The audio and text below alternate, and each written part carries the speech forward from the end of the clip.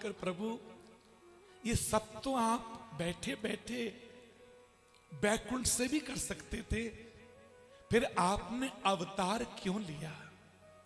देखो अवतार का अर्थ सीधा सा होता है, अब माने होता आवरण, अब माने आवरण। भगवान आते हैं हमारी रक्षा करने के लिए, आवरण। और अवतार केवल रक्षा करने नहीं आते, भव से पार करने के लिए आते हैं, तारने के लिए आते हैं, उसे कहते हैं अवतार। तो भगवान तो हमारे लिए आते हैं, अवतार हमारे लिए लेते हैं प्रभु। विचार करना, वाल्मीकि ने पूछा प्रभु अवतार लेने का हेतु क्या है? ले लिया तो फिर वनवास आने का हेतु क्या है? वाल्मीकि की बात सुनकर राम जी ने चार बातें कही।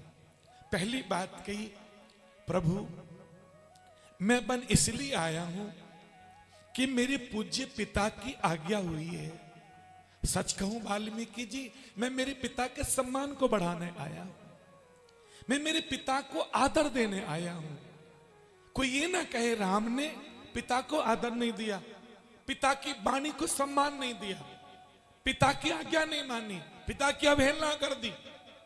पिता की आज्ञा अगर मैं नहीं मानूंगा तो मैं मर्यादा पुरुषोत्तम नहीं कहलाऊंगा। मैं उनकी आज्ञा मानकर आया हूं, मर्यादा में आया हूं, इसलिए मुझे मर्यादा स्थापित करनी है। मैं आया हूं अपने पिता के वचनों को पालने के लिए।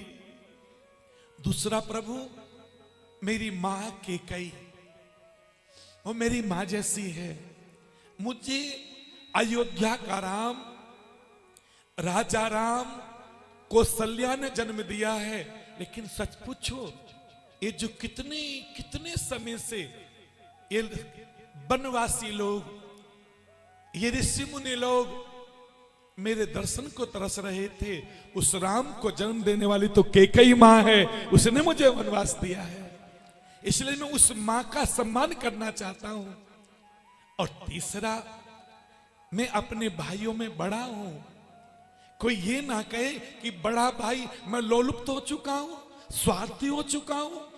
नहीं, मैंने मेरे भाइयों को प्रेम बांटने के लिए, मर्यादा स्थापित करने के लिए, कि भाइयों का रिश्ता केवल संपत्ति का नहीं होता है, कोई संस्कार भी होते हैं, कोई संस्कृति भी होती है, केवल संपत्ति नहीं होती।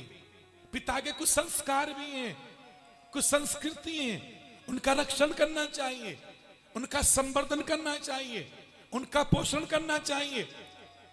मैं भाइयों का प्रेम बढ़े, अपने भाइयों को मान दिलाने के लिए वनों में आया हूं।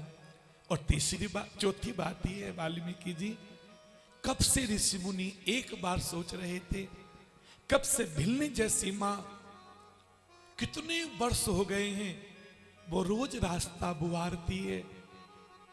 कितने ऋषि मुनि सरोवर में स्नान करके, सूखे फल खाके, पत्ते खाके, कई कई तो ऐसे हैं वाल्मीकि जी वो वायु आहार ले रहे हैं। क्यों? कि त्रेता युग में भगवान विष्णु अवतार लेंगे तो वो वनों में आएंगे, राम के दर्शन करेंगे, और वो दर्शनों की प्रतीक्षा कर रहे हैं। आप जानते हो सरभंग ऋषि को, सरभंग ऋषि ने अपनी चिता बना ली थी, आपको ध्यान होगा तो, कभी रामायण पढ़ी हो तो, उन्होंने अपनी चिता बना ली थी। मन में आया शरीर वृद्ध हो चुका है, इतना बूढ़ा शरीर हो चुका है, राम जी नहीं आए, लेकिन वो आएंगे जरूर। चिता बनी हुई है, राम जी के दर्शन किए हैं उन्होंने, भरपूर इन आंखों को आनंद दिया है, और फिर राम जी को प्रणाम किया है, राम जी को नमस्कार किया है। राम, आज मेरी आंखें तृप्त हो गई, दर्शन दी, दर्शन दो घनश्याम नाथ मोई, अखियां प्यासी रही, मेरी प्यासी आंखें थी राम, आज तुमने इनको तृप्त कर दिया।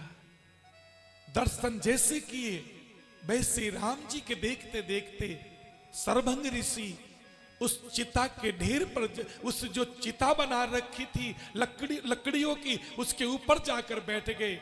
ऐसे मंत्र बोले सर्वज्ञ ऋषि ने, स्वतः अग्नि प्रचंड हो गई महाराज, और देखते देखते एक मुट्ठी राख में परिवर्तित हो गए। ऐसे ऐसे संत, मैं उन संतों का सम्मान करने आया हूं प्रभु। लेकिन राम जन्म के हेतु अनेका परम विचित्र एक ते एका, उन कथाओं में नहीं